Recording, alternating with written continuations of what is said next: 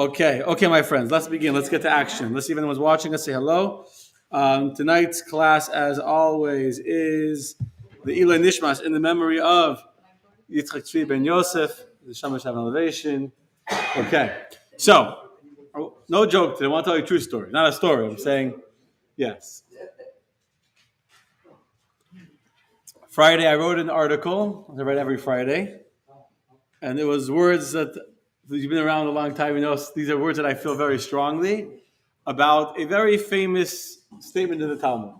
Now, when I wrote this article, I actually had been, this is the honest truth, struggling with this statement in the Talmud for several days based on a class that I had seen. I'd even posted on my family WhatsApp. We had a whole conversation, my brother-in-law, back and forth, about a very famous statement in the Talmud. Okay? What is the statement in the Talmud? So you have two papers. One of them is the text of the historical timeline. I'm going to start right away by sharing the text. We're going to read the Talmud. And I wrote an article based on it. I'll just tell you the story. And it got a lot of attention on Facebook. I had like 100 and something comments on Facebook, which I don't normally really watch and respond. Beautiful, thank you. But it was Tisha B'Av. On Tisha B'Av, you're not allowed to learn. You're not allowed to do anything productive. You're in mourning. So morning, I was on Facebook and I had time to respond, and there were some very valid comments, and there was a lot of valid conversation. And I engaged in the conversation. Good evening, everyone that's watching, which is good. It's good to engage. And I also was reflecting on it. Tisha B'Av in the morning, I was sitting and reading Eichan after everyone left in the morning. After Kiddush, I was reading. I went home and I was thinking about the conversation. I was thinking about the fact that this is not a judgment on anyone. Not those that were involved in the conversation, not those that didn't engage, but all of us, myself included, we can't learn from history if we don't know the history. So if I'm making a historical reference and trying to make a comparison of the times of old to today, and people are not getting the connection, it's not because they're not smart or they're not educated or they don't mean well, it's just that they don't know the details and the full extent of the story of what led to the destruction of the temple. So if we don't know the story, we can't learn from the story. It's that simple. That simple. And so every Monday night, we normally discuss a biblical character. But this is something that I've been living a long time and teaching a whole year. These are not just stories of the past. We can find ourselves in every single story. There's less, besides for reincarnation, we have within every story, there's lessons for us, there's messages for us, there's inspiration for us. And so today, even though really I should be sticking to my, the plan of biblical characters, we're going to keep the same theme. The theme is me in the story, but specifically a fascinating stories, actually, we're going to share tonight, of several different generations that cumulatively led to the destruction of the temple, which we mourned on Tisha B'Av. And so although we don't like to extend mourning, but this is very important history that every Jew should know.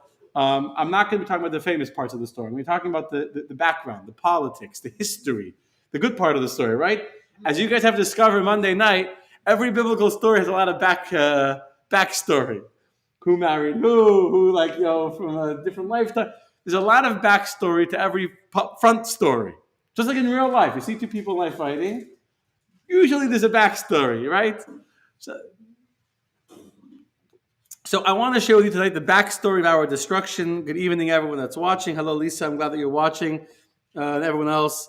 And so tonight's lesson is going to be about this piece of Gemara and this story. But let me just begin from the beginning. So the beginning is, if you see my screen, 1 second, I'm sharing it now. This is a statement in the Talmud, Tractate Yoma, 9b. It's a very, very famous statement. Very famous. And in fact, in my first draft of my weekly article, I started off that if you've been around Chabad long enough, you for sure heard a rabbi quoting this teaching of the Rebbe. And then I changed it to why the hate, which maybe was what garnered all the... But this is a very famous teaching. What does the Talmud say? The Talmud says as follows. Why was the first temple destroyed? Because of three evils that the Jews were doing at that time: idolatry, sexual immorality, and bloodshed. Asks the Talmud, but why was the second temple destroyed? Seeing that during the time it stood, people occupied themselves with Torah, with observance of precepts, and with the practice of charity. Meaning in the times of the second temple, people were righteous, and they were learned, and they were generous. Everything you could ask for. Jews were going to shul, they were paying membership, they were giving charity, they were doing everything. So why was there a destruction? Says the Talmud, because during the time it stood, hatred without rightful cause prevailed. In the Hebrew, because second line, sinas chinam. There was hatred for no reason, senseless hatred, baseless hatred. This is to teach you that hatred without rightful cause, or senseless hatred, is deemed as grave as all the three sins of idolatry, sexual immorality, and bloodshed together. This is direct quote from the Talmud. So the teaching of the Rebbe, I'll stop sharing in a second, the famous teaching of the Rebbe is that if the reason for the destruction of the temple was sinat chinam, senseless hatred, then the rebuilding of the temple will come about through what? Senseless love, avas chinam. Love for no reason. We would just lost the temple because of hate for no reason, so the temple will be rebuilt by having love for no reason. Now, it's a beautiful teaching of the Rebbe based on this Talmud. I got many comments that more or less ran along the same lines. I got emails, besides to the Facebook, I'm here, the other comments on Facebook, I got some emails as well. And basically the gist of all the pushback was that I don't understand how unbelievably important today's fights are that justify the animosity felt by one group of people to another group of people. There's tremendous moral issues at stake over here. There's tremendous, importance for Israel, for our future, for our nation. And it makes a difference which side of the political spectrum you're on. The issues of today are indeed important, and there's indeed pivotal changes happening to our country. And so no matter how you feel, whatever changes are happening or should be happening or not happening are legitimately in the minds of people today important issues. Well, they're important issues. I don't disagree on the fact that there are important issues that are meaning every nation goes through quiet times, if you will, times of calm and peace, and then there's pivotal moments in every nation's history. And I don't disagree in any way with this premise that there are important issues at stake and that the moral issues at stake, fundamental issues of who we are as a nation and what defines us as a people, talking about American people, all agreed with. So the pushback is that if you're talking about normal time, basically, now I'm using my own language, but this is what people are thinking. If we're talking about normal times, so yeah, then of course you should love, and love is a beautiful attribute. But we're fighting for the future of our nation now. We're fighting for our identity. We're fighting an important fight. So to just love and to ignore the real issues that are out there and to ignore the real, ignore evil, ignore danger, exactly. And again, no matter what side of the spectrum you are on, the other side is evil. So how can you ignore evil? This is a moral fight. This is an important fight to fight. I have agreement over here in the room. Okay. So I tried responding several times, and I realized that this is where the history is important. However morally important, and again, I'm not in any way minimizing or delegitimizing the fights that are happening today, the issues of today, not the fight. In comparison to the stakes at play, to the what's what I'm looking for, to the intensity of political fervor and debate that existed in the times of the temple. Yeah, fire. That's me. An echo. From heavens, they're reverberating my voice. Okay. Rand's in charge of responding to all comments on Facebook. Rand, you're in charge of responding to all the comments. You talk about that we're watching. Who couldn't hear me? I hear me. Faith should check her. We love Faith, but she should check her phone. I think everyone else is okay. Okay. You see, you hear me? Yeah, you hear me twice. Anyway, okay, let's stay focused. So what I want to do tonight, and this is something I feel deeply, I want to go through the story, not of the destruction of the Romans coming in, destroying the temple and the burning, that we all know from Hebrew school. I mean, I want to tell you the story that didn't teach you in Hebrew school. I want to tell you all of the backstory of the story and the politics and the buildup and the, what led to the Romans coming into Israel, what led to the different factions and the different fightings that took place in Jerusalem, and how eventually our temple was destroyed. Okay? So I'm going to start at the beginning, because every story begins with a beginning, right? That's the beginning of every story. So you have a timeline in front of you on the same page. I'm going to go back to share it 1 second. Let me first put it up. Yeah, there we go. 1 second, my friends. Okay, so here we have a timeline of the Second Temple. From the beginning of the Second Temple, I made this very short. I took this from a much, much longer timeline. I just took out the main dates. So we have the first temple we know was destroyed. The Jews went to Babylonia for 70 years. During those 70 years is a story of Purim.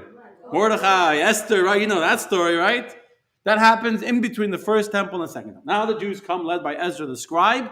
They return back to the land of Israel, and they rebuild the temple, finally with the permission of King Darius in the secular year 348 BCE. Okay, that's a secular year. Hebrew year is 3413. Now, it's something very important I need to point out now. When the Jews came back to Israel, I'm going to stop sharing my screen for a second. When the Jews came back to Israel, did they have political independence? Yeah. Think about it for a second. Think about it. The Jews came back. They were still under the authority of the Persian Empire.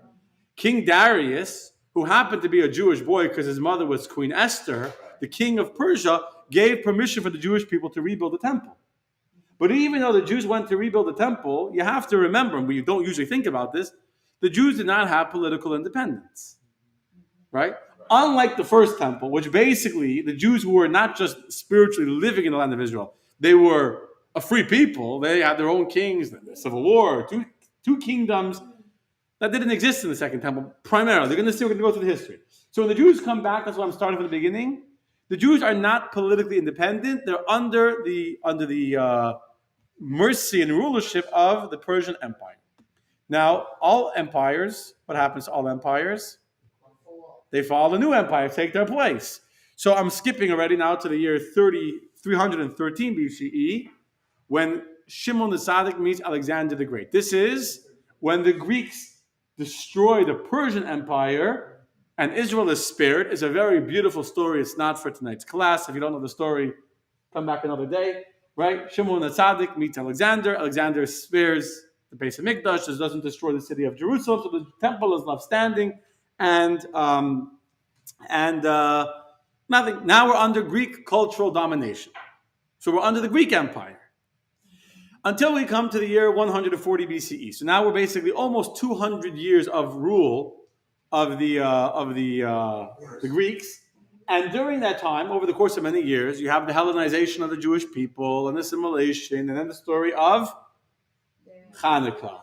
So in the year 140 is when you have the actual revolt of Matisyahu. 2 years later is when they reclaim the temple and they declare Hanukkah in the year 138 BCE. And 8 years later, they're still fighting for many more years. Even after they reclaimed the temple, they didn't get rid of the Greeks from their land for another 8 years. Yehoshua Maccabee, Judah Maccabee dies. Until eventually we come to the first time that you have political independence, the only time we have political independence in the land of Israel, under the rule of the Hashmonaim, the Hashmonai dynasty or the Hezbollah dynasty, beginning with Judah the Maccabee, who, whatever. And then, again, I'm keeping this history short. I don't want to get too distracted. But here is a brief time when the Jewish people have their own king and their own freedom and their own independence in the land of Israel. And then what happens? The Romans don't just come. The Romans never invade Israel. Here I have to break to you sad news. The Romans never invade Israel. Never. The Romans are invited into the land. The Romans are actually given the red carpet and they're begged, please come take over. By who? By who? By who? So if you look at your sheet over here, I'm going to tell you the story. I just stopped. I'll go back. If you look at the timeline, there's a queen here. There's a queen. But I have to tell you even before we go to the timeline for a second, let me just give you some history and then you'll appreciate the names I'm going to show you. For many years of Jewish history, for hundreds of years of Jewish history, there was a very big debate between two camps of Jews called the Perushim and the Tzdokim. Perushim literally means separated. Separated is they were holy, they were kept apart, they were very strict and religious about the laws of ritual purity and impurity because they wanted to make sure not to touch anything impure. So they were literally, the word parush means to separate, not to touch, because if I touch you and you're ritually impure, then I become ritually impure. So they avoided touching, etc. They were called the Perushim. That was the name given to the rabbinical Jews, which was the leadership of the Jewish people. All the rabbis, by and large, I say all, but generally speaking, the rabbinic leadership of the Jewish people were Perushim, who believed in the Torah Shebaal Peh, the oral Torah, meaning in a 1-minute class. But this is important. It's not a side note. It's part of the story. When God gave the Torah at Mount Sinai, God gave two Torahs. He gave the written Bible that we have, the Torah Shebechtav, the written Bible, and God gave the oral Torah. So this is a fundamental Jewish belief that when God told Moses, for example, pick up mitzvah, keep Shabbos, don't do work on Shabbos, the Bible and the Torah doesn't say what is considered work and what's not considered work, right? However, when God told Moshe there's 39 melachos based on the way based on the way the Mishkan is built, and the rabbis extrapolated using rabbinic interpretation what are the 39 forms of work that are forbidden on Shabbos. Okay? That's the oral Torah. As far as we're concerned, you cannot have a written Torah without an oral Torah. You know, we could spend a whole class on this idea, but that's not for tonight. So the Perushim, the rabbis, were of oral interpretation. The other group of Jews was called the Tzdokim, or in English, the Sadducees. The Sadducees did not believe in rabbinic interpretation. They said, who are the rabbis to tell us how to be Jews? We have the word of God, and they only followed the Torah exactly as it is written. Exactly as it is written, no more. So, just for one example, we talked about doing work on Shabbos, so we're giving you one example. The Torah says you cannot light a fire. We should not have fires in your dwellings on Shabbos. Now, according to rabbinic interpretation, what does that mean? You can't light a fire. But if you lit the fire before Shabbos, can you enjoy the light of the fire on Shabbos? Of course. You go to any Orthodox home and the candles, the chalent and the air conditioning is on. And I'll tell you a true story. I was a kid, and one Friday night, we have guests. It was a summer Friday night, and the guest comes. Someone was involved, actually, if I'm not mistaken, with a call to Juice for Jay. I was a kid. And he came with a sleeveless t-shirt and like a shorts and flip-flops. And no one comes to the rabbi's house for dinner with flip-flops and a sleeveless t-shirt, undershirt, you know what I'm saying? Like you're going to the gym or something. So my father didn't say anything to him, it was like very other guests at the table all dressed like in their Shabbos, nice suits, whatever. They're sitting there like in the flip-flops. And like after the meal, he apologizes to my father and he says that I was never in an Orthodox home before. So I thought I read in the Bible, you now have fire, electricity, and the Orthodox Jews don't have electricity on the Sabbath. So I was sure it's going to be a dark home with no air conditioning, no lights, sit in the dark by candlelight, eat cold food. He came in, the lights were on, the air conditioning was on, thank God. So the point is, the Sadducees, the Tzdokim, they didn't believe in any rabbinic interpretation. Okay, this is a debate that raged for hundreds of years of Jewish history. It's a religious debate, a spiritual debate. Why don't I share this with you? Because now let's go back to our timeline, our historical timeline, and about the queen. So the queen was actually married to Alexander Yana. I took it out. I want to make it shorter. But basically, you have a queen called Shalom Tzion. In English, I think it's Salome Alexandria, if I'm not mistaken. She was the wife of Alexander Yana. He was the king. When the king died, he was not a good king. He was a tzedaki, Alexander Yana. His wife was of the other school of thought of Torah Shebaal Peh, oral Torah, of the rabbinic teachings. They were husband and wife, king and queen, but they did not get along. They did not agree with each other. They were married. I don't know if they allowed. They were married. Maybe they took different paths later in life. They were both religious. You have to understand the Sadducees were religious Jews. They just had a very different way of practicing Judaism. They were all religious. They all kept Shabbos. Just some kept. The reason why we eat cholent on Shabbos is to show that, no, this is not a joke, is to show that we're not Sadducees. Because Sadducees wouldn't eat hot food on Shabbos. You can't prepare food, put the food on the fire on Friday night to eat on Saturday. You can't eat hot food. So in order to prove that we're not Sadducees, we deliberately eat hot food on Shabbos to show that we believe in rabbinic interpretation that you can use fire that was prepared from before Saturday, before Shabbat began. There's a backstory to the cholent we eat on Shabbos too. So the point is, when Alexander Yanai died, his wife was a very righteous woman. She was considered one of the great queens of Jewish history. She was a queen. She ruled over the entire land of Israel. Very strong woman who was very, very righteous, was very beloved by the people. And when she passed away in the year 65 BCE, she knew she had two sons. One's name was Aristobulus, and one was Hyrcanus. Very good. Now, Aristobulus and Hyrcanus were also, one was a Tztaiki, one was a Prushi. One was a Sadducee, and one was a religious Jew. Both Jewish, but they had two different interpretations of how Judaism should be practiced. Now, mind you, back then the differences weren't so noticeable because there wasn't electricity or anything like that. There was differences, but I don't want to get too into this. It's just if you want to understand why they were different, but it's not. Here's the point: before she died, she established her son Aristobulus as the high priest, and who was in charge. Again, I don't want to get too into this part of the story, but the point is that whoever controlled the temple really had the power.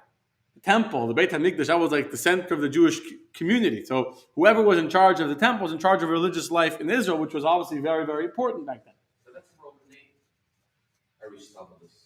Maybe it became a Roman name. I don't know. There was maybe Roman influence. Greek name. It says a Greek name. Yeah, and there's a lot of Greek culture. Couldn't have been very Jewish. Hyrcanus and Aristobulus. Yeah, well, the father was not so religious. Alexander Yanai was much more of a... He wasn't so religious. It was his wife that was the righteous one. So she put Aristobulus in charge and leaves Hyrcanus as a governor, like some distant whatever. When she dies, guess what happens? Take a wild guess. What do you think happens when she dies? Both sons take over. There's a fight. There's a civil war over here. There's a civil war, not a civil war, but there's Hyrcanus was in charge, and many Jews felt that Aristobulus was in charge of Hyrcanus, who was much more assimilated with the culture of the Romans, and the Romans already were in power then, not in Israel, but where they were up and coming empire. And what? Yeah. The point is, so now the land of Israel gets divided into a huge political battle. This is the first political battle I want to tell you about. What will be the one that we're going to talk about tonight that leads to this is going to lead to directly to the destruction of the temple. Listen. So there's this huge, what's the future of the country? Do we want to go in the way of Hyrcanus, who was a Sadducee who was much more into the Roman culture, or do you want to go with Aristobulus? It's a big division. We've got to be with Prushim or Tztaikim. Which way will the country go? They have very different views of how Judaism should be practiced. Very different views. So this is not just, vote for him or vote for him. This is the vision of the future of Judaism and the way it should be practiced in the temple and the way Jews should live as Jews in Israel. Pretty important fight. Yes? What happens? You know what happens? They decide to go to the Romans for help. They decide to go to General Pompey. You heard of Pompey from Rome? Who's they? Both sides? But they agreed to broker, to mediate, based on what happened is, first Hyrcanus decided to go to the Romans. So when he went to the Romans, his brother, Aristobulus, said, I'm also going to go to the Romans and give them my side, because he was afraid the Romans will take Hyrcanus' side. Well, he went. You know what else happened?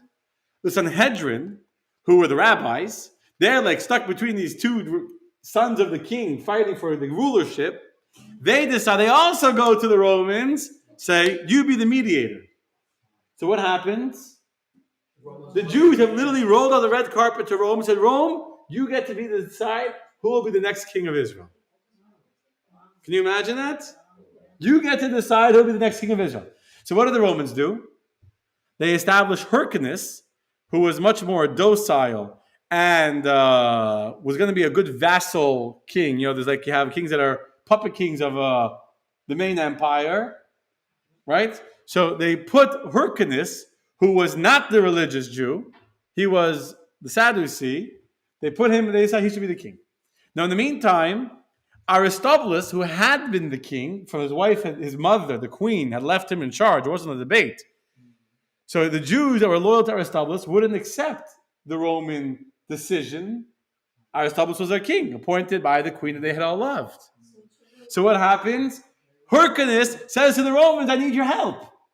And so the Roman army comes into Israel to establish their Jewish puppet king in control. You understand? So the Romans never invaded Israel. I mean, they did invade Israel before the destruction of the temple, but the Romans became the governing, owning body, and Israel became part of the Roman Empire because the Jews had a civil, political war between each other. Who should be the king? Aristobulus, the one appointed by his mother, the queen Shlomit, or Hyrcanus, who the Romans put into power. And when the Jews fought against Aristobulus, that was the excuse. Pompey came in with the blessings and the help of Hyrcanus, made Hyrcanus their, etc. And now the Romans are officially in charge of Israel. And Hyrcanus, this king, is desperate for control, is desperate for Roman help. So he basically totally surrenders himself to the Romans, becomes a servant of the Romans to do whatever the Romans want, and he starts paying taxes to the Romans. Understand? So now we have the Jews are collecting money and giving taxes to the Roman Empire without the Romans ever invading. Just because we couldn't get along. Yes, question. Why would they ask the Romans to decide on a religious matter, like with Judaism? Let me clarify. It was not a religious matter. It was who would be the king. Now, of course, who would be the king would have tremendous religious implications because in those days the kingdom was not that far from the leadership of the temple, etc. You guys follow me so far? It's a little strange though that the judges couldn't decide. They tried to, but the Sanhedrin obviously wanted it. They came to. I guess once the Romans are coming in, they tried to have the Romans do. I'm not sure why the Sanhedrin went to the Romans, but that's what I heard. Yes, we bought it on ourselves. And in the year 63 BCE, Pompey comes into the land of Israel. He takes over. He kills anyone that was loyal to Aristobulus. The revolutionaries are being executed. And now Judea becomes a taxed country of Rome with a Roman governor of Judea. And they now become the deciders who will be the successor of King Hyrcanus. And I'm going to make a long story short. There was a man called Achitophel. No. Forgot his name, not Achitophel. What? No, Achitophel, who was an advisor to Hyrcanus. He became the next king. He was not even a Jew. He was an Idumean, which the Idumeans was a country that had been conquered years earlier by the Hashmonaim, and they had been forced into conversion to Judaism, which was a mistake. The rabbis never accepted these Idumeans as Jews, but they were good soldiers. They had become part of Jewish territory. They had been forced into conversion, so their conversions were not considered valid by the majority of the Jews. And as a result of this Idumean becoming a king, eventually after him, not long after that, you know what happens? You know who becomes the next king? Herod. Now, if you know the story of Herod, the story of Herod is a full class in and of itself. The story of Herod's history. We came from found slaves. If he was even considered a Jew, Was he a Jew? it's a big. As I said, it's a story of its own that deserves its own class. Deserves its own class. We don't have time for it tonight. The point is, in the year 36 BCE. Okay, so we're talking literally just from 63 BCE when the Romans came in. Time like 30 years later, already now We don't even have a Jewish king anymore over Israel. Herod now has become the king. Again, there's a lot of history to it. He's an Idumean, and he takes over as the king. Now, when he came king, he was ruthless, he was paranoid, he was crazy, and he basically killed every single one of the Chashmonaim. That dynasty of Jewish kings that had lasted for a short period of time in Israel was absolutely exterminated by Herod. There was one remaining girl that he wanted to marry to continue the dynasty through him, and she jumped off a roof in order to avoid being raped by him. And she said, "If anyone tells you there's a Chashmonai left in the world is lying, because I'm the last one." And she died. Yes. And that's the story of Herod. Herod was an amazing builder. Herod built he built Hebron, he built Caesarea, he built many palaces, he built Masada, and he built the most beautiful temple. The most beautiful temple. Temple so beautiful that the rabbis of the Talmud say that if you did not see the beauty of Herod's temple, there you go, you never saw such beauty in your life. Josephus writes that when you look at it from the sun would gleam off the marble, it was so intense that it would blind you couldn't even look at it directly. Why did he build such a beautiful temple? Because he killed all the rabbis, except for one that he blinded. He poked out his eyes and put him in prison. He was ruthless. When I say ruthless, I mean he killed all the rabbis because he was convinced that the rabbis were out. Basically, in short, when he was a governor, and he killed someone without a trial. The Sanhedrin called him to court, so he came in with all of his bodyguards and whatever. It's a whole long story. He got very angry at the rabbis. Eventually, he had all the rabbis arrested and killed except for one, and he kept in prison. And then he comes to this blinded, his eyes were gouged out rabbi. I think his name was Zechariah, and he says to him, "Tell me about that new young, wild king Herod. Isn't he crazy?" He wanted the rabbi in prison to speak bad about Herod so he could justify having killed all the rabbis. But the rabbi already understood what was going on, I guess. I think his name was Zechariah. And he refused to badmouth Herod, not knowing who he was speaking to. He refused to badmouth him. And he said, "It's my job to praise the kingdom. Whoever God puts in power, I have to respect." And he realized that the rabbis were righteous and loyal. And he felt bad that he had killed all the rabbis. So as a atonement, he rebuilt the second Beis Hamikdash. Anyway, he built the beautiful Beis Hamikdash. Herod was a ruthless king. Ruthless. Wicked, brutal, killed many, many people, but he ruled with a very iron fist. He kept total control over the land. But when he died, chaos began, anarchy began, and the Jewish people began to, the nation began to descend into anarchy. The Romans no longer had a king, because officially they had to be a Jewish king. The Romans didn't want a Jewish king. So Herod was great for the Romans, because he was really connected to the Romans. He was barely even Jewish. He was an Idumean.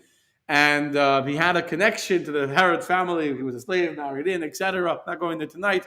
But so they had a king to put there. But after he left, they started to put in governors. That was the way when basically also Rome changed from a democracy to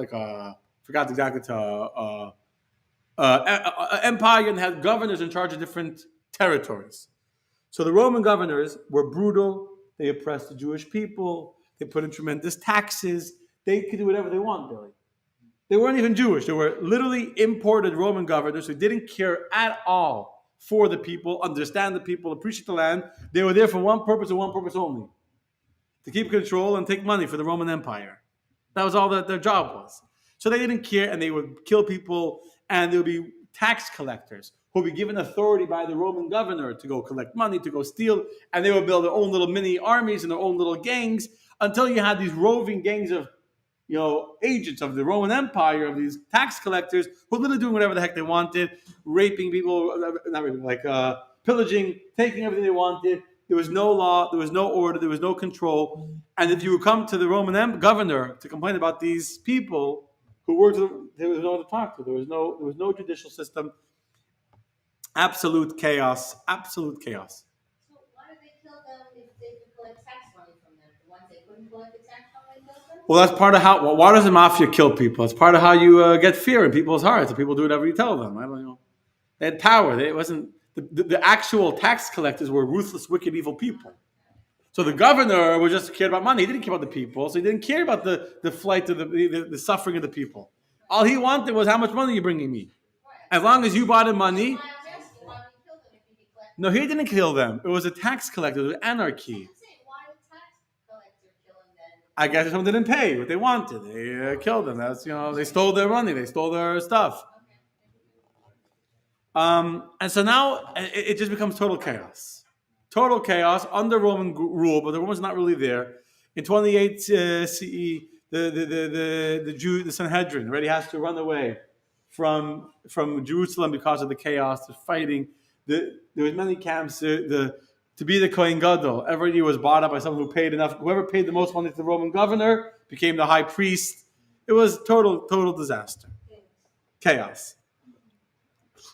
And now I'm going to explain to you the next political fight of the Jewish people. Okay, ready for some more politics? Who likes politics? Okay. So in political times, what happens is it's very interesting how even different groups like dissect or realign as like just for example today, right? You can have people that are socially very, very liberal, but economically, fiscally, they're very conservative, right? So they don't fit into either box. They're not liberal, they're not conservative. They're fiscally conservative or socially liberal. So you have the same thing back then. You have four camps, really. Okay, what are the four camps? So you have the Prushim, as we talked about, right? Who were the religious, they were the rabbis. Now, these Prushim were by and large into making peace with the Romans. There should be law and order. We have to, everything should be calm. And the Sadducees, by and large, were on the same page as the Prushim when it came to how to deal with the Romans. Now you have a new political camp called the Zealots. The Zealots felt that we need to fight the Romans. The Romans are wicked, evil people. The Romans are only taking advantage of the Jewish people and just taking all of our money and except they don't care. What is it called? The Zealots. That's what I was called. The Zealots. The Kanoim. Yeah, in Hebrew they're called the Kanoim. And they were, they wanted to fight the Romans. They wanted to fight for political independence, just like the Maccabees had done 150 years before, 200 years before. They wanted to recreate the Maccabee guerrilla warfare and fight against the Romans and get them out of our land. And so these Zealots begin to fight against the Romans. Which Rabbi Akiva was for? Rabbi Akiva is a little later in history, though. Okay. Rabbi Akiva is after the destruction of the Beis Hamikdash. This is before, yes. Yeah. Rabbi Akiva was in favor of Bar Kochba and all that, but yes, but a little bit later. Okay. Now, I will say that the Zealots were not religious or Tzedaki or Prushim per se. They had they weren't a religious group. They were a political group of people that wanted to fight for political independence. They were religious. So they were like the Prushim, except that the Prushim didn't want to fight the Romans. They didn't want to antagonize the Romans. And the Zealots said, we want to be like, we got to fight them. Okay? So far you can connect, you understand what's going on? So they're leading all of these guerrilla warfares and they're attacking the Roman troops that are in Israel and, fighting the government. And they're causing all of this problems. Then from that came out a fourth group, even more extreme version of the Zealots, called the Sikari. The Sikari is a word for a dagger. Literally means daggermen. They would carry little daggers in their cloaks. And the Sikari didn't only fight against the Romans, they were even willing to fight against people that they considered to be Roman sympathizers, including Jews. So if there was a Jew that they felt was helping the Romans and not fighting for Judaism, then you're a heretic. You're a traitor to the Jewish people. Okay? So the Zealots are fighting against the Romans, and of course they're carrying out all these guerrilla warfare, etc. And by the year 66 CE, so let's go back to, by the year 65 CE, the whole outside of Jerusalem, the main cities, was total chaos. There were just roving bands of murderers. There was no law. There was no army. There was no nothing. It was absolute anarchy in the land of Israel. Anarchy. And at that time, there was a huge debate. There was a huge march against this Roman governor. At that time, his name was Florus. And the governor, Florus, was terribly wicked for the Jewish people. He hated the Jews. He was an anti-Semite. He did not do anything to protect the Jewish people. So it was total, as I'm saying, the people living in Israel were being terrorized, not only by the Romans, just by anarchy, by murderers, by by gangs, by robbers, and there was nothing to do. So 3,600 Jews marched in a protest against the Roman governor. And the Roman governor sent in Roman troops and had many of these people killed. Many of these people were killed. There we go. Many hundreds and thousands of people were killed by the Romans on that day. And this was a peaceful protest. This was not an act of war. But they were killed by the Romans. Florus didn't kill them. And many of them went, this was in Jerusalem, and they went to the Temple Mount. And the Romans came into the crowd, killing hundreds. They went to the Temple Mount, and then they fought back. The Zealots came, they fought back, and they pushed out the Roman army. Now, the Roman army was just a group of whichever army was stationed in Israel, but they were defeated, and for a short period of time, for several months, freedom from the Romans. And this absolutely emboldened the Zealots and made them become a very popular political party. Because until now, they're just like, wild men that were running around doing guerrilla warfare, attacking the Roman troops. Now that they had fought back against the Romans once and for all, look at us. And many, many Jews joined this party. Now, there's some famous stories that happened at this time. The Roman governor, the emperor, was not convinced that the Jews wanted to fight against the Roman Empire. He was not convinced. And Flores didn't really whatever. He was getting mixed reports from the Jews that were coming to him. He didn't know. They don't like today they know what's going on. You have a Roman governor who tells you whatever the governor wants you to hear. You don't understand the extent of the suffering of the Jewish people. The empire of Rome didn't know what was happening in Israel. There's a very famous story of Kamsa and Bar Kamsa, where Bar Kamsa was invited by mistake to a dinner, and he was the enemy of the host. It's a story in the Talmud. So the host sent his servant to invite his good friend Kamsa to the party. By mistake, the servant didn't invite Kamsa, he invited Bar Kamsa. Bar Kamsa gets an invitation to his enemy's party. He says, wow, he wants to make peace with me. So this is, maybe I should go. I should make peace. So he gets all dressed, he goes to the party. The host is walking around the party, and who does he see sitting there eating his food? His enemy, Bar Kamsa. He goes over and says, what are you doing in my party? Get out of here right now. Now, this is an important party. A lot of important people. They're all the who's who's and the famous people were there. And so he says to the host, please don't kick me out. I'll pay for my meal. I'll pay for the food I ate. I'll leave after I finish eating, but don't make a scene and throw me out.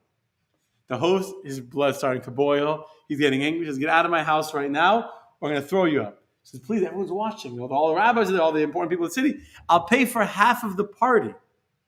Just don't throw me out. He said, I'm kicking out of my house right now. He says, I'll pay for the whole party. I'll pay for the party. Just don't embarrass me in front of everyone that's sitting here and throw me out. And what did the host do? He grabbed him by the arm and the leg and literally threw him out onto the street. And he was so humiliated. And he said, all the rabbis were sitting there and nobody protested. Nobody stood up to defend me and my honor. I'm going to Rome to get my revenge. And as the story in the Talmud is described, he went to Rome. He said to the Roman Empire, you should know the Jews are trying to rebel against you. You should go quash the revolution. So what's the proof? The emperor wasn't convinced. So what's the proof? He said, watch, we'll send some animals to the temple to be offered as a sacrifice, and you're going to see the Jews won't offer your sacrifice. So he sent 2 big, beautiful sheep as sacrifices. The Romans also gave sacrifice. They believed in sacrifice. So he sent 2 big, beautiful sheep to be sacrificed in the temple. As the Jew, Bar Kamsa, is bringing them back to Jerusalem, he slits the lip of these 2 sheep. Now, a slit lip is considered a blemish in the halacha. In Jewish law, a blemished animal, and in Roman law, you cannot offer a blemished animal on an altar to your God. Even the Romans understand that the Romans also had such laws. Difference is that by Roman law, in Roman culture, a slit lip was not considered a blemish on the animal, and by Jewish law it is. So he slit the lip of the animal, which did not blemish it by Roman standards, but did blemish it according to Jewish standards. They come to the temple, these 2 animals with a big slit on their lip, and to make a long story short, they don't offer the offering, and that was part of what convinced the emperor to come and bring in his forces against the Jewish people. And then the Talmud says, look at the shame of the Jew that caused the destruction. Here you see another story of the fighting that led to this destruction. It gets worse. So, Emperor Nero, that was his name. Emperor Nero is finally convinced because of our Kamsa and because of this, the fact that Jews have finally kicked out the soldiers that were there, fought against them, that there's a real rebellion going on. He did not realize this was just against the governor Florus, but he thought it was against the empire. And he sends an army of 60,000 Roman soldiers, led by his best general called Vespasian. Could have been a small group of 4. And Vespasian came with his son Titus, who was the son of Vespasian, to go and quell the rebellion. Now, when the Romans return, so they're coming now with 60,000, a huge army. They're coming from the north of Israel. So you have to remember that the geography, Rome is north of Israel. So they're coming into Israel from the north, in the mountains, the Galilee, etc., up north. And this was the north. The Jews fought back. The Zealots fought back with tremendous, but they were no match for 60,000 of the best Roman army, the best troops under the forces of Vespasian. And an estimated 100,000 Jews were killed or sold into slavery in that initial attack in the north of Israel. But during this time, what was the Jewish leadership doing? The ones living in Jerusalem, the rabbis?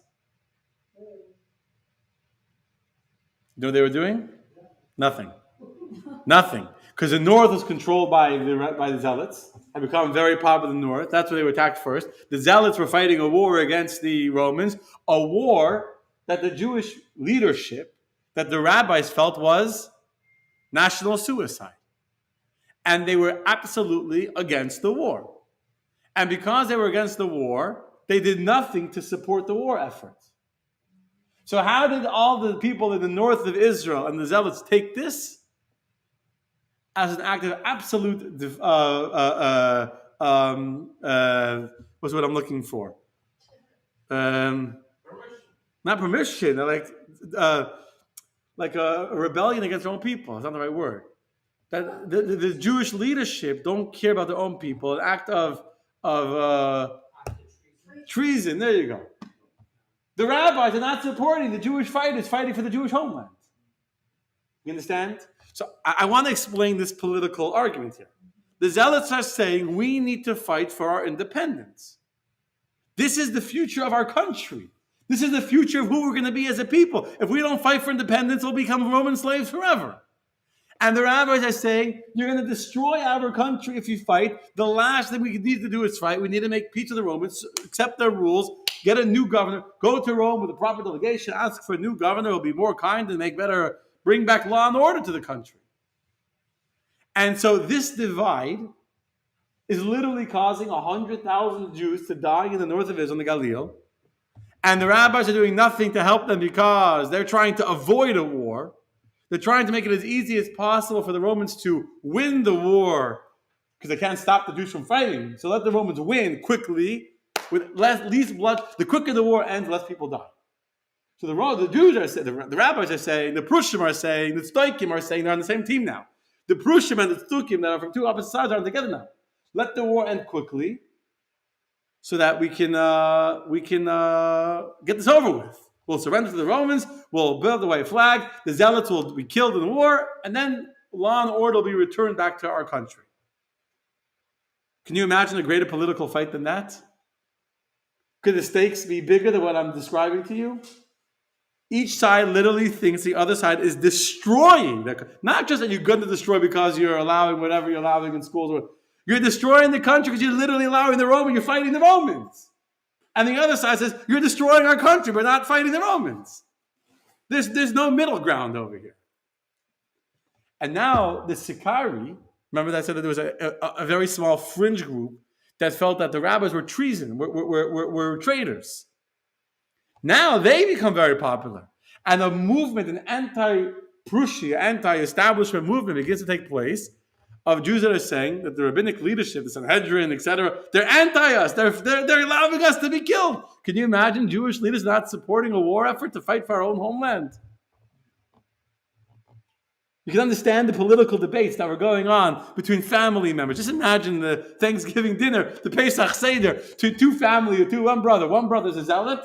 He's a Sicarii. He said we got to fight these rabbis that are worse than the Romans. The Romans, at least, are our enemies. The rabbis are like worse than the Romans. And then you have another Jew sitting at the table, the brother, and he's from the establishment. He's much more conservative and much more, we can't fight the Romans. We're never going to win a war against the Roman Empire. We're going to destroy our country, which is, by the way, what ended up happening. Our country was destroyed and we lost everything. But then there was a tremendous nationalistic fervor. We got to fight. Can you imagine? Can you imagine, huh? So let's continue the story. What? Does who accept what? No. Each side thinks the other are traitors destroying the country. Each side says we're fighting the most important war that the Jewish people have ever fought before. And to now these Sicarii that believe in killing traitors, to them they're justified. These people helped the Romans kill us. We're going to allow them to stay in power. We're going to allow them to live. We have to fight for independence. The fight for independence means you got to fight for independence. You understand? Either side is right. You can understand where not the right. I take that back. You can understand where each side feels that their fight is the greatest fight the Jewish people need to fight. And it's such an important fight that there's no limits. Don't tell me Abbas Yisrael, love another Jew. I'm fighting for my country, love another Jew. This is more important than loving another Jew. That's what they would have told you. Right? And in their minds, they would have been right because they're fighting for the future of Judaism, the future of the land of Israel. But Rabbi, weren't also another story that the rabbis, towards the end, they were so, they blame it on sinless hatred, but the rabbis were very corrupt. The Kohen Gadol, it was a position that was bought. Yeah, but that wasn't the rabbis. You're correct. I mentioned that before. They were buying it from the Romans. Israel was absolutely corrupt. Charge the Romans corrupt. The rabbis left. That's in the timeline. The Sanhedrin left the temple by the year 28 BCE. They left. The temple was under Roman control. Now, it happens to be that the temple service continued. It's very interesting. Throughout all this time, all the chaos, the priests never stopped bringing the daily offerings, and the temple continued operating till the 17th of Tammuz, when they didn't have an animal but a pig instead of a sheep. There was not a day that the daily offering wasn't brought in the temple. So the temple continued to operate. If the Kohen Gadol was a Prushi, or it says the Sadducee, the services continued. They continued. But there was tremendous corruption. So I'm saying the whole country was in anarchy. We have to understand that it's not just like the Romans. We think of the story, if you don't know what I'm telling you tonight, you just remember from your Hebrew school education, what happened?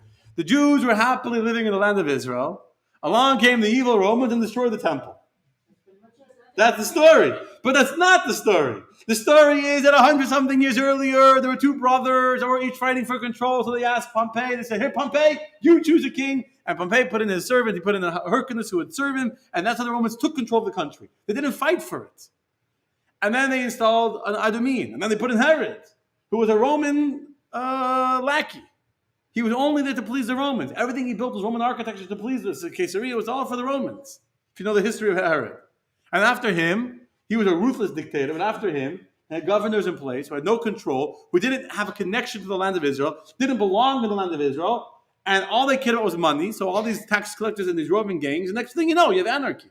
But isn't it normal, like if you look to 2022 or in modern times, where Israel always seeks out a mediator, like the United States, that would be the Roman Empire, the United States to be the mediator, to decide on Israel matters between the Palestinians. So a mediator is not the same thing as taking control.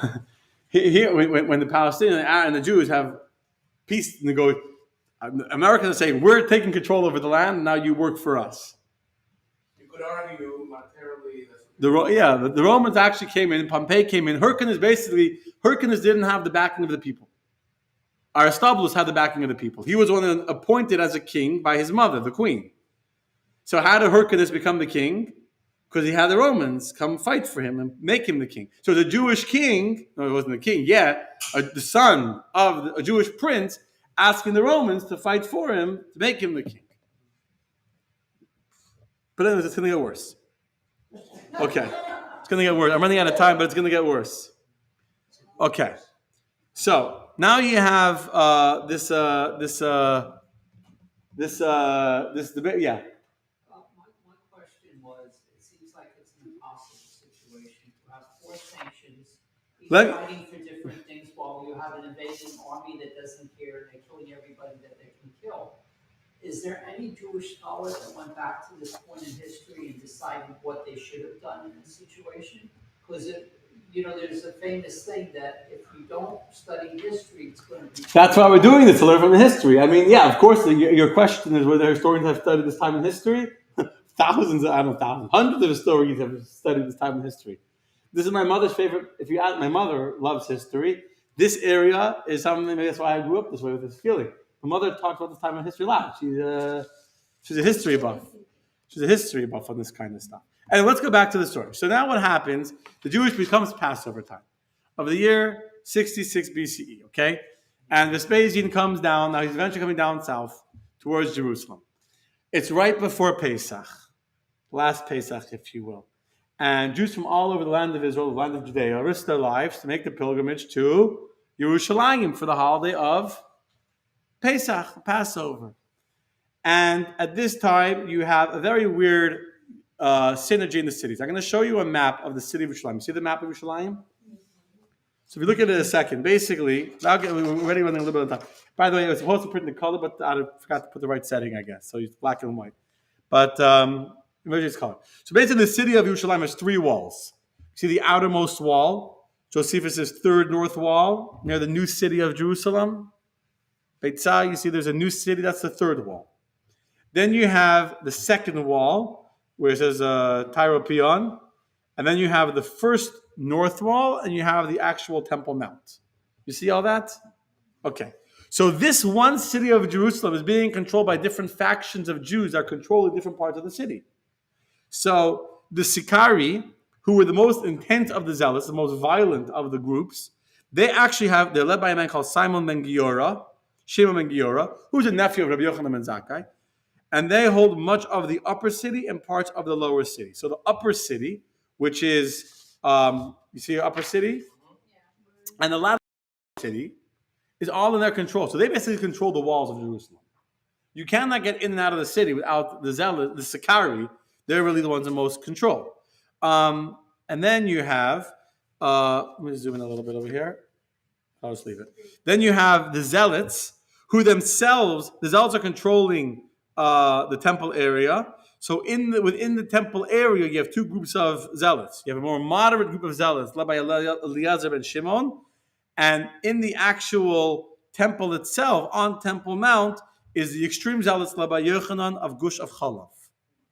Okay? And then, by the inner city, where you have the inner, between the second wall and the first wall, that's the area where you have the rabbis. You have the Prussians. You understand? So you literally have the more moderate Jews, if you will. I don't know if you can see my mouth, but right in the very middle by Tyropian, and here in the middle, this is where the moderates are. The temple itself is controlled by the Zealots. Within the Zealots, there's two camps. And then most of the upper and lower cities, and the walls around the city, is controlled by the Sikari. Can you imagine? Okay. So it's a real political mess over here. Big mess. The Republicans have the Senate, and the Democrats have the Congress, and they have the Supreme Court. They have one vote, and they have the Prime Minister, the Vice President, whatever. It's very, very a delicate balance going on over there.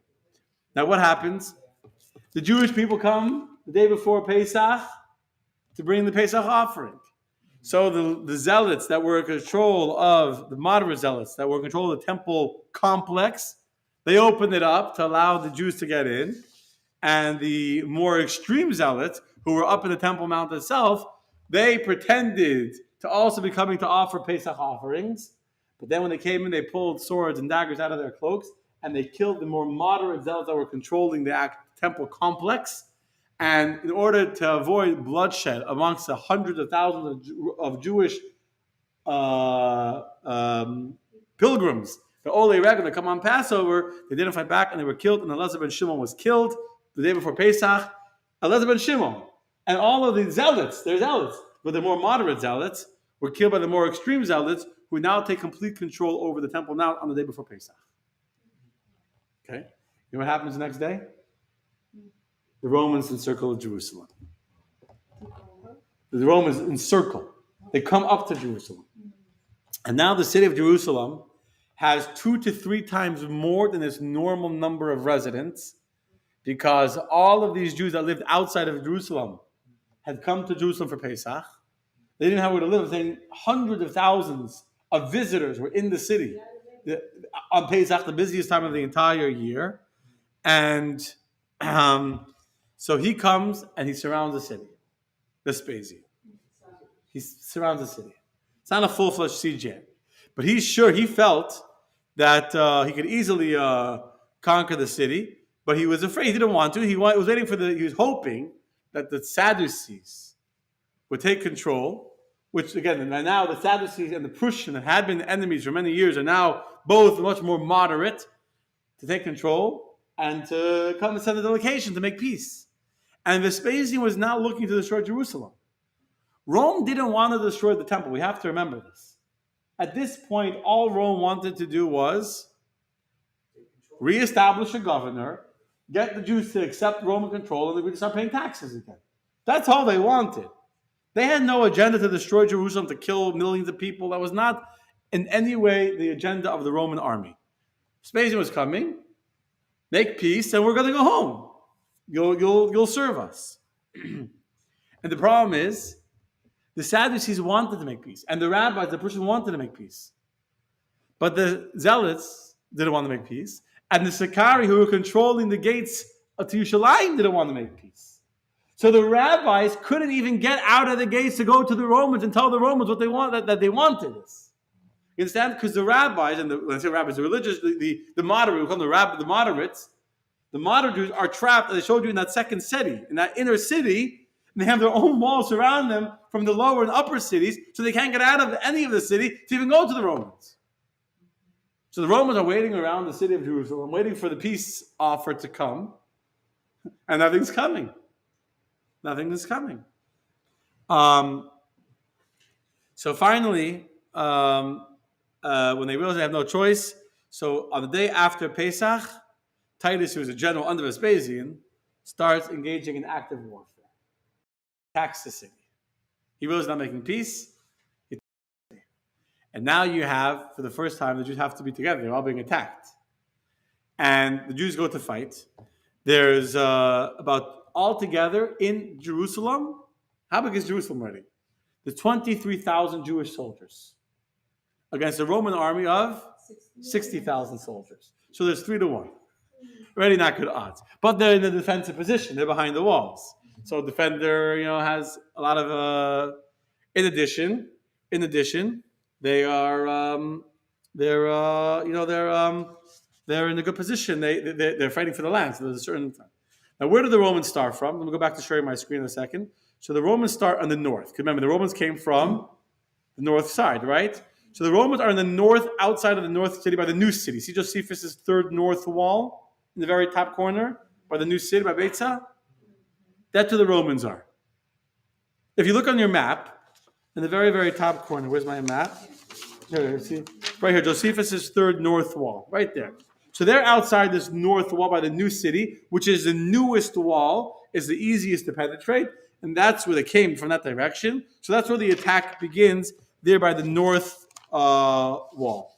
And they attack, as I said, the upper city, west of the Temple Mount. That's where you have okay, then we're not going to go through the whole city. So so the Romans attacked the weakest side, which is the north side, and the battering stones and the catapults and all that. And on the 7th of Iyar, so Pesach ended, the end of the month of Nisan, about 2 weeks later, a little less, the Romans breached this first north wall into the new city of Jerusalem. I mean, the city is surrounded, no Jews can get out, but they break into the first city, which is under the control of the Sicarii. They fight for another 2 weeks, till the 15th of Iyar, and then they breach the second wall, allowing them access from the upper city to the lower, from the lower city to the upper city. So if you can see, not the second wall, but there's a little gray thing right over here by Tower of Fossil. Whatever, that's basically where they get in, and now they're fighting the lower city and the upper city are they're fighting to get control over these two cities. Now, they did not completely destroy the lower city. They got through, but they really need to get through to this inner city, to open into the Temple Mount. And they knew that really, how do you get to the Temple Mount? How do you get control over Jerusalem? Sorry, by getting control of the temple. No, they knew that once they have control of the temple, they win the war. You know what I'm saying? That's the real goal is to get this. So they're preparing now to storm the upper city and to take the upper temple.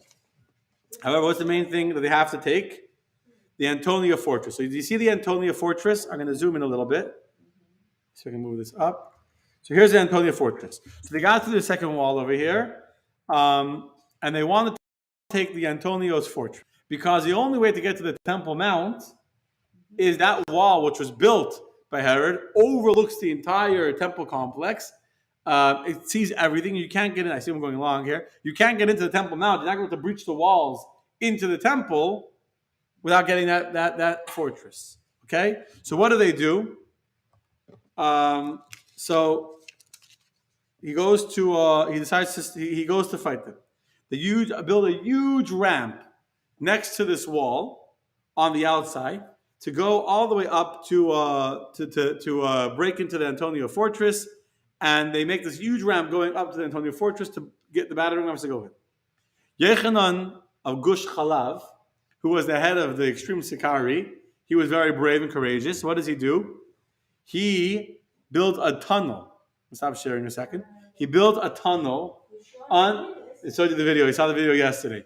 He built a tunnel underneath this ramp, under the ground, under the ramp. They come up under the ramp and they light a fire. And when the Romans are going up the ramp to battle the city, when they're all on the ramp, hundreds of Roman soldiers, the entire ramp is lit on fire. Hundreds of Roman soldiers are killed. Terrible loss, and they retreat back into the first city where they were. And the point is that when Titus I couldn't conquer the Jews by force, by this time Vespasian was gone already. Titus I couldn't conquer the Jews by force. He decides instead to starve the Jews into submission. So what does he do? He retreats out and then builds a new wall around the entire city of Jerusalem. It took him 3 days to build it. In 3 days, if you're 60,000 soldiers, I'm saying how long does it take to build a wall, right? 60,000 soldiers. Okay, now he's down to 59,000. I don't know, 58. So he built a wall. Maybe 55. I'm sure he lost some during. He builds a wall around the entire city and puts guards all around. Again, you have 60,000 soldiers. So he has around the entire city, and nobody can get in, nobody can get out. An absolute siege to totally break the will of the Jewish people. Now, could the Jewish people survive the siege? They had food. The Jews were prepared for this. Here comes the next story of Jewish self-sabotage. Ready for a sad story? There were 3 wealthy men that had collected storage houses in Jerusalem with needs of the Jewish people. Between these 3 rich men that donated foods for the Jews, there was enough firewood, enough grain, and enough oil to last 22 years. The Jews had food to survive. And Yechanan of Gush of Chalav, this fanatic rebel, sees that the Jews are not willing to fight. And again, let's remember the political fights now. I want to give it a political context. They're sitting in a siege of Jerusalem. And the Zealots and the Sikari are saying, we got to fight them. Don't you see? We got to fight for our homeland. And the Romans are saying, are you guys crazy? Don't you see 60,000 soldiers? We need to surrender. Can you imagine if you thought the political heat, if you thought the hatred and the fighting between Jews was bad a year earlier when the Romans were attacking in the north of Galilee, which was 10 times worse than before the Romans came, right? Can you imagine how intense the political arguments were now? They literally ended in killing your opponent. I say we got to fight. You say let's surrender. I'll kill you so you don't surrender to the Romans so I can fight. That's literally what was happening in the streets of Jerusalem. Jews were killing Jews because of the political disagreements. Now, they were big disagreements. I'm not going to minimize the intensity of we're fighting for the future of the Jewish people. I get it. But they're killing their own people to save their people. Understand? But to them it made sense because they were fighting for the war. So Yechanan Gush Chalav goes with his men, and they burn down in one night all of the storage houses of food for the Jewish people in Jerusalem. All that firewood, all that oil, all that grain, all the supplies that would have helped us survive. Because you have to remember, the Romans, they're far away from home. for them to get food. They have a supply line and all that. The Jews are in a fortified city that the Romans can't break into. And all that food that could have saved hundreds of thousands of Jewish lives was destroyed by Jews trying to coerce other Jews into doing what they wanted to fight the Romans. But for the sake of winning my political war, it's all justified. When you begin to believe so deeply in something, anything is justified. You understand? And we read, if you read Eicha on Saturday night with us, and you read about the people dying of hunger in the streets, and the mothers eating the dead corpses of their children, and the people swooning of hunger in the corpses, the stench of the dead bodies rising and all that. That wasn't the Romans that did that. That was Jews fighting Jews. If we could have surrendered, we all would have been alive. The Jews would have lived in Jerusalem with the temple. Jewish history would have looked very different. We don't know that. We don't know. No, but the Romans didn't want to destroy the temple. According to Josephus, they never wanted to destroy it. Josephus says that even after they broke in, many historians don't agree with that account. But at that point, they weren't looking to destroy the Jews. They were looking to control them and get the taxes. The Romans were an empire. They weren't. But if they had food for 22 years, they didn't have to fight them. They could have outweighted them. That's exactly the point. That's why the Sakari said, as long as the Jews have food, they're not going to fight. Imagine. They're having political arguments. And they're screaming, we need to fight the Romans. Let's join an army. And the moderate are saying, we're not fighting. We want to make peace with the Romans. So they had no choice but to burn up their food. So they would have to join the army. But the Romans would have broken through anyway, whether you burn it up or not. It's very hard. The walls of Jerusalem were powerful walls. Jerusalem on the hill. You have to remember, Jerusalem on the hill. So Jerusalem is strategically a very, very hard city to break into. It's on a hill, so you have the height advantage. And then on the top of the hill, you have these massive stone fortresses. When the Romans came close, they were thrown on fire and catapults, and they could have. That's what the Zealots were afraid of. That not enough Jews were fighting. So anyway, they start to die of hunger now. They're dying of hunger. They have no food. The richest people in the city don't have food to eat. There are many. I'm behind on time to describe the hunger that went through, where a woman that stepped on who used to eat fine food, stepped on anything dirty, her soul perished. Sad times. Very, very sad times. People were, the stench of dead bodies was summertime. It was Tammuz. Summer. Right? The stench of the dead bodies came overwhelming that people got epidemics. There was typhus, there were different epidemics in the city now because they don't even have the energy to bury their dead. Children even allowed to be left in the city. They had no energy. CDC put out, yeah. Everyone wore masks. It was a dangerous time. People died. There was no one to bury them. There was no energy. People were eating the corpses. The wild feral animals were roaming the streets of Jerusalem. There were rivers of blood. Well, that's when the Romans come in. Here they're dying of hunger before the Romans get in. Oh, okay. The rivers of blood are the Romans. The Jews dying of hunger is self-sabotage. Self-sabotage. And now he waits till the 17th of Tammuz. And 17th of Tammuz, the Jews, Titus sees now. It's a year, by the way, the years gone by. This is from 66 CE till 70. It's a 4-year war that I'm describing in 20 minutes. 4 years, this whole war. And so a year later, they're weakened by hunger, and they cut down all the trees within a 13-mile radius of Jerusalem to build new battering rams. And they keep on battering. And by the end of the month of Sivan, now in the year 70 CE, so 4 years after this war started, the Jews are now weak in Jerusalem. They're battering again the Antonia fortress, and this time the Jews didn't have the strength to fight back. And by Tammuz, they had broken through the Antonia fortress. And now that those who have been defending the fortress retreat behind the walls of the Temple Mount. So let me just go share my screen again. Look back at your map. Look at your map. So now, by the 17th of Tammuz, what? A lot of characters in this story. Yeah.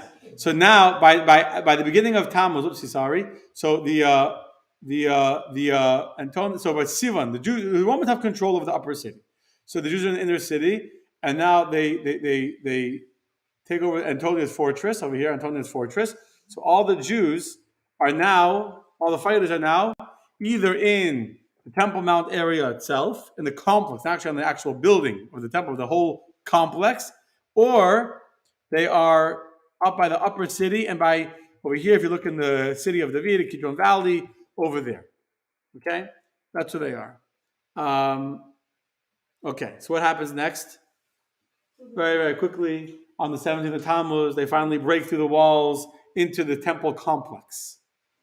And from there until the 9th of 3 weeks of non-stop bloodshed, non-stop fighting through the streets and everything. That's what the rivers of blood was flowing through the streets. 1 million Jews died during this time. 1 million Jews died during this time. And again, we're running late on time, but the point is that eventually on the 9th of Av, on the day of the 9th of Av, the Jews were, at this point, the Jews saw there was nothing to fight for them. It was like every Jew that lived in Jerusalem was still able to stand, took whatever weapon they could take in their hands, and they literally blocked the streets to get from, when they broke through the walls, to get to the actual temple. They thought it would be easy to fight. They thought by now the Jews are, after a year of siege, are weak, they're tired, they're going to just give up. They couldn't get through. They were literally standing. They had to cut their way through the people that followed whatever they could fight. And as I said, rivers of blood flowed down the streets of Jerusalem, going downwards. Terrible, terrible, because it's on the hill. It's flowing, a river of the blood of Jews that was killed during those 3 weeks. And finally, the 9th of Av, again, historians debate whether it was on purpose or it was an accident, but someone threw a fire. One of the Roman soldiers lit the base of English on fire. And as the temple burnt, hundreds and hundreds, if not thousands of Jewish soldiers saw the temple burn and said it's over, there's nothing to fight for anymore, and they jumped into the fires. And after that, they continued fighting down back into the lower city. But that was the 9th of Av into the 10th of Av. That was basically the destruction of the Jewish people. And after that, many, many people were taken as slaves. The upper city, Yerichin of Gush Chalav and whatever, and Simon of Yora held out.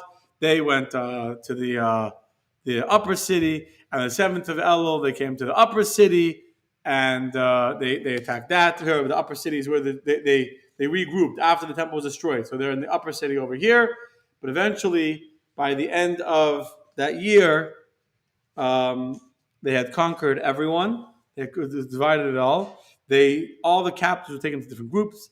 Those over 17 years old were sent to work in Egyptian copper mines, or they were sold as slaves. The captives from the circuses, slave ships, and over 11,000 people died of Jewish prisoners died of hunger. Very, very terrible time. In 71 CE, Titus sails home, Ark of Titus, etc. That's the story. But the takeaway from this story, if you know this story, and you think about the political divisions of today, which, as I said at the beginning of tonight's discussion, are legitimate, important issues. I'm not denying or minimizing how important and how moral we think the wars are. That we're fighting for moral truth and moral whatever. Could be. The intensity and the stakes of the Jews' fights in Israel before the destruction of the temple were more important. Right? They're literally fighting for what's the future, and there was the divide couldn't be more of a divide. But at the end of the day, the Talmud tells us that all of these wars between the Jews is in the category of senseless hatred. That's what the Talmud is telling us. Even though they felt that they were fighting for the future of the Jewish people, and the future of our homeland, and the future of the temple, and many Jews felt we're going to be like the Maccabees and regain independence, and many Jews felt, etc., etc. And each side had good arguments. Each side felt deeply, deeply about what they believed in, and could not in any way, shape, or form agree to the other side. There was no middle ground. And yet the Talmud tells us that because of the senseless hatred of the Jews at that time, we are the ones who cause our own destruction. Understand? That's what the Talmud says. So this is the story of history. We need to learn from history. So now that we know the story, where is the me in the destruction? What can we do to make sure that even if we disagree, there isn't a senseless hatred between brothers? Because if there's hatred, now is only the beginning of what could be much, much worse, as we see from our own history. Okay, my friend.